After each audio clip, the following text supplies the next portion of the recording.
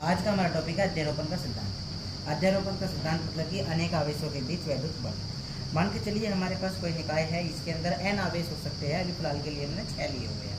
मान के चलिए हमारा केंद्र में कोई Q1 आवेश है और इसके अंदर Q2, Q3, Q4, Q5, Q6 और इसके अलावा Qn आवेश भी हो सकते हैं। इसके अंदर कुछ n आवेश भी हो सकते हैं। तो ये हमारा कोई निकाय है, ठीक है, जो n आवेशों से मिलकर बना है। कोई निकाय जो n आवेशों से मिलकर बना है और ये n के n आवेश जो है हमारा बल लगाएंगे। Q5 Q1 पर बल लगाएगा, Q4 Qn पर बल लगाएगा। तो इनके बीच में बल लगने वाला Q1 और Q2 के बीच लगने वाला बल F12 है, Q और Q3 के बीच में लगने वाला F13 है। उसी प्रकार Q1 और Q6 के बीच बल लगने वाला F16 है।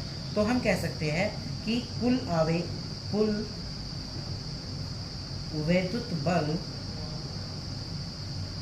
जिसे हम कह सकते हैं F बराबर होगा F12 plus F13 plus F14 plus dash dash dash plus F1n।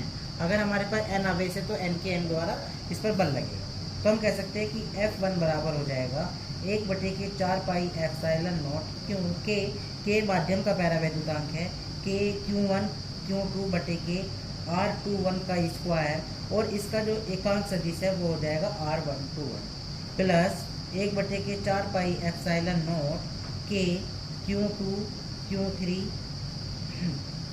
बटे के R31 का स्क्वायर और इसका एकांक सदिश हो जाएगा R31 डैश। उसी प्रकार हम कह सकते हैं 1/4 पाई एप्सिलॉन नॉट के Q1 Qn अपॉन में Rn1 का स्क्वायर और इसका एकांक सदिश हो जाएगा Rn1 सदिश।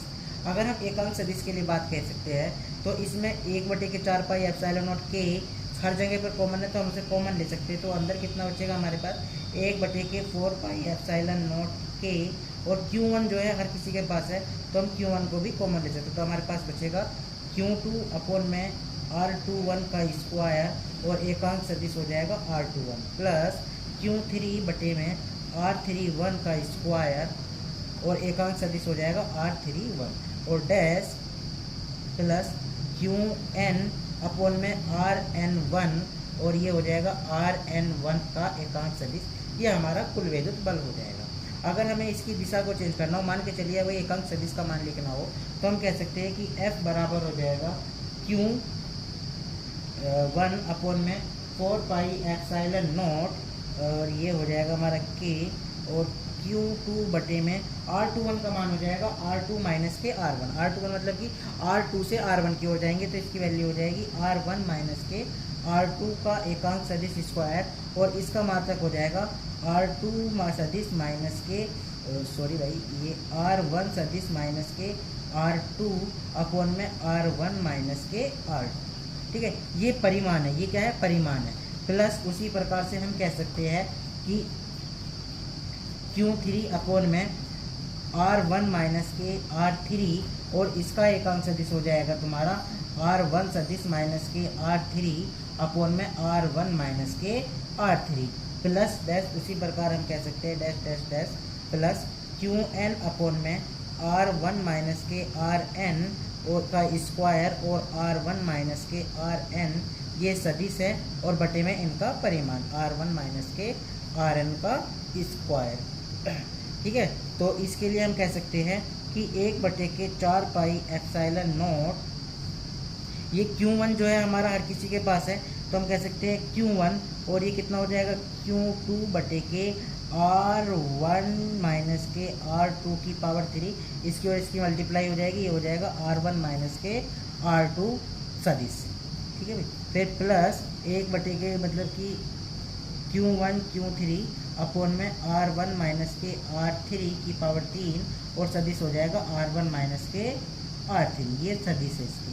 प्लस उसी प्रकार से n आवेशों के लिए Q1 Qn अपॉन में R1 माइनस के Rn की पावर 3 और इसकी दिशा हो जाएगी R1 सदिश माइनस के Rn। ठीक है, ये अध्यारोपण का सिद्धांत है। अध्यारोपण का सिद्धांत है कि अगर हम n आवेशों के बीच में कोई बल लग रहा हो तो हम कह सकते हैं कि इसका मान ये हो जाएगा।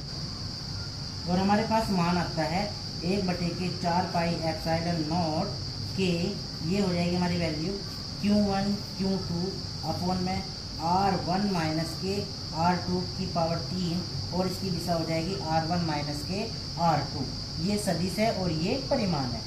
उसी प्रकार हम कह सकते हैं 1/4 पाई एप्सिलॉन नॉट के, इसकी दिशा हो जाएगी तुम्हारी के, ये तो पूरी वैल्यू हमने यहाँ पर कॉमन ली हुई है तो इसे दोबारा लिखने की कोई ज़रूरत नहीं है। तो हो जाएगा Q1 Q3 अपॉन में R1 माइनस के R3 की क्यूब और इसकी दिशा हो जाएगी R1 सदिश माइनस के R में, ठीक है। और प्लस हम कह सकते हैं कि n आवेशों के लिए है तो प्लस प्लस प्लस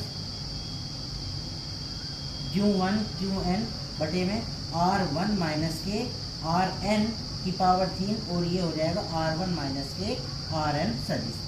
और इस पूरी वैल्यू को अलग अलग फॉर्मूलों में अलग अलग मेथड में हम ना लिखकर हम इसे एक साथ भी लिख सकते हैं सिग्मा का इस्तेमाल करते हुए। तो यहाँ पर सिग्मा का इस्तेमाल करेंगे तो हो जाएगा 1/4 पाई एप्सिलॉन नॉट के। अगर हम पूरी अंदर वाली वैल्यू के लिए सिग्मा का इस्तेमाल करते हैं तो हमें पता है Q1 यहाँ पर भी है, Q1 यहाँ पर भी है, Q1 यहाँ पर भी, मतलब Q1 एक तरीके से कांस्टेंट टर्म है। तो हम कह सकते हैं Q1 और यहाँ पर वैल्यू Q2 से शुरू हो रही है और n तक जाएगी, तो हम इसके लिए इस्तेमाल कर सकते हैं QI बटे में कितना हो जाएगा R1 है और माइनस के RI की पावर 3 और ये हो जाएगा R1 सदिश माइनस के RI। और ये I जो है हमारे लिए हमने एक रियल नंबर लिया है जो कहाँ से शुरू हो रहा है भाई 2 से, तो हम कह सकते हैं कि I बराबर 2 से लेकर n तक जाएगा और यही इसके लिए फॉर्मूला हो जाएगा। बल है तो मात्रक हो जाएगा न्यूटन। और आज के लिए इतना काफ़ी है, धन्यवाद।